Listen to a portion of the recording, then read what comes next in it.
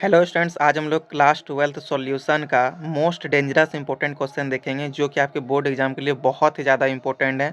और आपके board exam में ये सारे क्वेश्चन पूछे गए हैं, तो अब अच्छे से सारे क्वेश्चन को देखिएगा। जिसका आंसर आप जानिएगा वो कमेंट करके जरूर बताइएगा, और जिसका आप नहीं जानते होंगे आप उसका स्क्रीनशॉट ले लीजिएगा ताकि आपको आगे याद रहे। तो चलिए स्टूडेंट, ज़्यादा टाइम वेस्ट नहीं करेंगे और आज का पहला क्वेश्चन स्टार्ट करते हैं।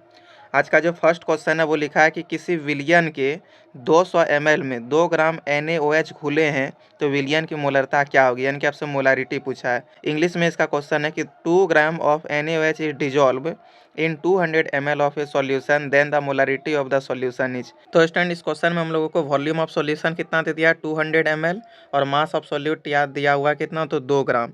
और वॉल्यूम ऑफ सॉल्यूशन 200 ml दिया, यानी कि 1000 वाला फॉर्मूला लगेगा। तो मोलारिटी का फॉर्मूला क्या हो जाएगा इसमें, मास ऑफ सॉल्यूट। तो मास ऑफ सॉल्यूट हो गया 2 by molar mass of solute, और मोलर मास ऑफ सॉल्यूट कितना होता है, NaOH का 40 होता है। और फॉर्मूला में क्या हो जाएगा इधर से 1000 by volume of solution, 1000 by volume of solution, और वॉल्यूम ऑफ सॉल्यूशन कितना दिया हुआ है, 200। अब देखिए स्टूडेंट, आप जब पूरा को सॉल्व कीजिएगा ना तो 0.25 आएगा। आप सॉल्व करके देखिएगा, 0.25 मोल पर लीटर। तो इसका राइट आंसर क्या हो जाएगा, 0.25 मोल पर लीटर, यानी कि इसका राइट आंसर हो जाएगा ऑप्शन नंबर ए। देखिए स्टूडेंट, नेक्स्ट क्वेश्चन हम लोग को दिया हुआ ना, कौन ताप द्वारा प्रभावित नहीं होते हैं, यानी कि which is not affected by temperature, यानी कि टेम्परेचर किस पे डिपेंड नहीं करेगा, मोलारिटी, मोलालिटी, नॉर्मलिटी या फॉर्मलिटी। तो इसका राइट आंसर हो जाएगा मोलालिटी, यानी कि ऑप्शन नंबर सी।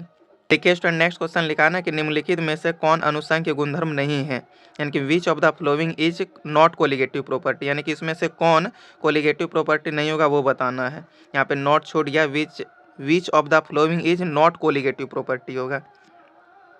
तो पहला क्वेश्चन है हिमांक का अवनमन, यानी कि डिप्रेशन ऑफ फ्रीजिंग पॉइंट, ये तो होगा। वाष्प दाब का आपेक्षिक अवनमन, यानी कि relative depression of vapour pressure, ये भी होगा। क्वथनांक का उन्नयन, ये भी क्या है, अनुसंग गुणधर्म है, यानी कि कोलिगेटिव प्रॉपर्टी है। इन प्रकाशीय क्रियाशीलता, यानी कि ऑप्टिकल एक्टिविटी, ये नहीं है। तो इसका राइट आंसर हो जाएगा ऑप्शन नंबर डी।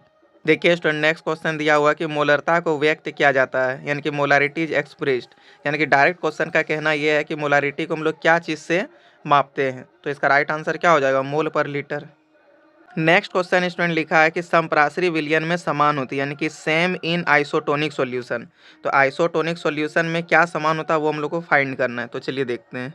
देखिए स्टूडेंट, समप्रासरी विलयन यानी कि आइसोटोनिक सॉल्यूशन बोला है, तो पाई 1 इक्वल टू क्या हो जाएगा, पाई 2। और पाई 1 का फॉर्मूला क्या होता है, C1RT, और पाई 2 का भी क्या हो जाएगा, C2RT। तो RT और RT कैंसिल, तो क्या हो गया, C1 इक्वल टू C2, यानी वो लोग का इसमें जो राइट आंसर होगा वो क्या हो जाएगा, C1 इक्वल टू C2, यानी कि कंसंट्रेशन इसमें सेम होता है।